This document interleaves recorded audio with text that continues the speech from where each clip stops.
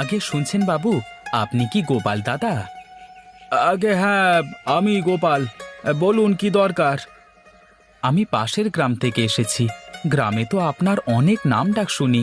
আপনার বিরিয়ানি নাকি জগৎ বিখ্যাত, তাই আসলাম আপনার কাছে। কিছু বিরিয়ানির দরকার ছিল।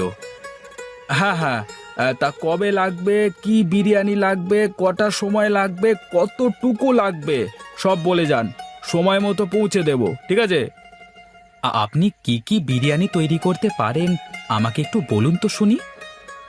কাচ্চি, মোরগ পোলাও, রাজস্থানি, কাশ্মীরি, যা চাইবেন তাই বানিয়ে দেব, কোনো সমস্যা নেই। আচ্ছা ঠিক আছে। পরশু আমার মেয়ের বিয়ে, প্রায় 60 জন লোকের দাওয়াত করেছি।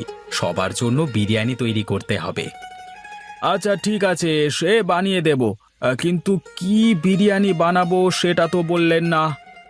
ঠিক আছে, তুমি এক কাজ করো, মোরগ পোলাও বানিয়ে দিও, তাহলেই হবে। আচ্ছা ঠিক আছে, তাই হবে। তুমি যাও, আমি সময় মতো সব পৌঁছে দেব। আচ্ছা ঠিক আছে, এই নাও 10,000 টাকা। এটা অ্যাডভান্স করে গেলাম, বাকিটা পরে দিয়ে দেব, কেমন? আচ্ছা ঠিক আছে, ঠিক আছে, যাও তবে। যাক, আজকে অনেক দিন পর একটা বড় কাজ পাওয়া গেছে। যাই যাই, বাজারে যাই, তাড়াতাড়ি বাজারে গিয়ে বাজারটা করে ফেলি।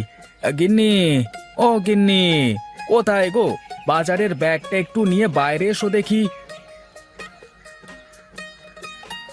কি গো, তুমি এখন আবার ব্যাগ নিয়ে কি করবে? অনেক বড় একটা কাজ পেয়েছি গো, তাই বাজার করতে যেতে হবে। যাক বাবা, ওপরওয়ালা অবশেষে তাহলে মনে হয় আমাদের দিকে মুখ তুলে তাকিয়েছে।